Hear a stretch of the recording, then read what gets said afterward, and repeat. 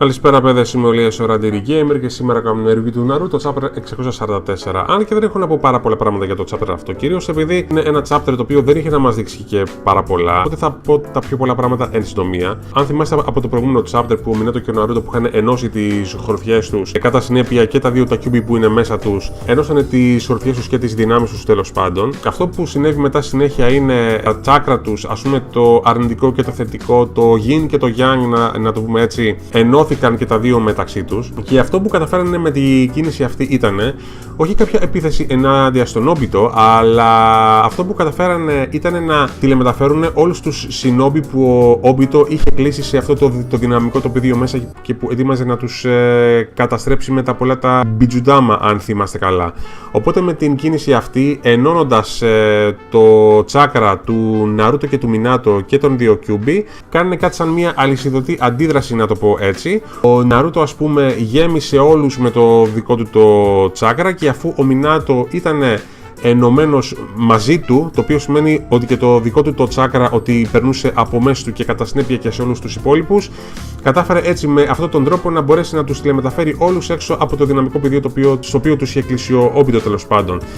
Αυτό έγινε επειδή, αν θυμάστε, επειδή ο Minato είχε πει ότι μπορεί να τηλεμεταφερθεί κοντά σε οποιονδήποτε τον οποίο το τσάκρα του τον έχει αγγίξει. Οπότε κάνανε αυτό σε γενικές γραμμές, απλά πολύ πιο μεγαλοποιημένο, να το πω έτσι.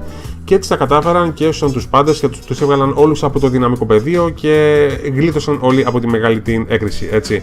Δεν έγινε καμία επίθεση κατά του Obito ή τίποτα τέτοιο, ο οποίος ήταν και προστατευμένος σε ένα δικό του μαύρο δυναμικό πεδίο σε στυλ Bijudama, να το πω έτσι. Θα το θυμάστε από το προηγούμενο chapter. Για άλλη μια φορά είχαμε για εκατομμυριωστή φορά, και έχει γίνει πολύ βαρύτο πλέον ειλικρινά, το Naruto και το Minato να ανταλλάσσουν αμοιβαία συναισθήματα γιου και πατέρα και αγάπης γιου και πατέρα, και να θυμούνται και τη μητέρα την Kushina, και να γίνεται όλο αυτό το πράγμα για μερικές σελίδες, δηλαδή ο πατέρας και ο γιος και ο γιος και ο πατέρας να ανταλλάζουν σκέψεις και συναισθήματα κλπ.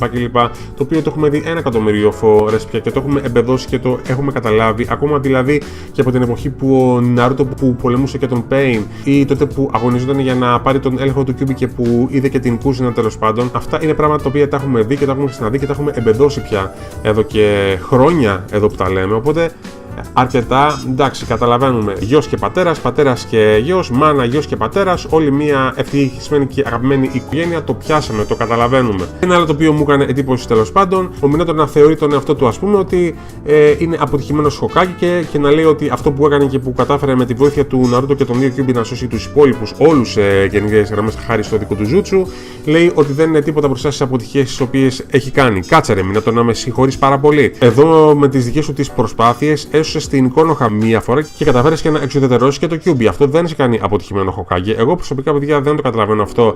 Για ποιο λόγο αυτή η έλλειψη αυτοεκτίμησης που έχει προς τον εαυτό του ο Minato αυτή τη στιγμή, γιατί για μένα είναι ένας από τους πολύ επιτυχημένους Hokage, αν και πέθανε νέος. Παιδιά, και φτάσει γενικές γραμμές, αυτό ήταν το chapter. Ειλικρινά, ήταν ένα chapter το οποίο είχε τόσο λίγα γεγονότα μέσα, να το πω έτσι, διότι όλος αυτός ο μεγάλος ο πόλεμος στο Ninja που γίνεται εδώ και πάρα πολύ καιρό, ο Kishimoto σε γενικές γραμμές το καθυστερεί πάρα πολύ το πράγμα.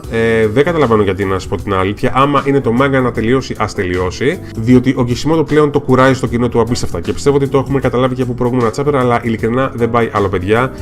Ο Kishimoto θα πρέπει πλέον κάτι να κάνει και είτε να ξεμπερδεύει και να τελειώνει το manga και να σταματήσει όλες αυτές τις τρομερές τις επαναλήψεις που κάνει σχεδόν σε chapter παρα chapter, να το πω έτσι, διότι για μένα τουλάχιστον, παιδιά, έχει ξεκινήσει και γίνεται πάρα πολύ κουραστικός. Απίστευτα κουραστικός, θα έπρεπε να πω. Σκεφτείτε ότι εδώ και σε τόσα πολλά chapter έχουμε χάσει και τον Kakashi, έχουμε χάσει και τον Sarutobi επίσης, έχουμε χάσει επίσης και τον Orochimaru και τους υπόλοιπους Kage. Και ειλικρινά δεν μπορώ να καταλάβω τι θέλει ο Kishimoto να καταφέρει με όλες αυτές τις καθυστερήσεις. Ίσως λόγω του άνιμε να θέλει να το τρενάρει όσο περισσότερο γίνεται, αλλά και πάλι όμως είναι μια διαδικασία η οποία έχει καταντήσει απίστευτα κουραστική και θα πρέπει επιτέλους να σταματήσει. Και αν ο Kishimoto σέβεται το κοινό του, που ελπίζω ότι το σέβεται τέλος πάντων, θα πρέπει επιτέλους να τελειώνει με το manga. Πλέον θα πρέπει να τελειώνουμε. Αυτό έχω να πω και τίποτα άλλο. Και αυτά σχετικά με το chapter. Παιδιά, μέτριο chapter, πηγαίνετε να το διαβάσετε και θα καταλάβετε κι εσείς. Γι' αυτό είναι και τόσο μικρό και το review μου σήμερα εξάλλου. Και αυτά έχω να σας πω. Σας εύχομαι να περάσετε καλά, καλό απόγευμα και όπως πάντα ευχαριστώ όλους για την υποστήριξή σας.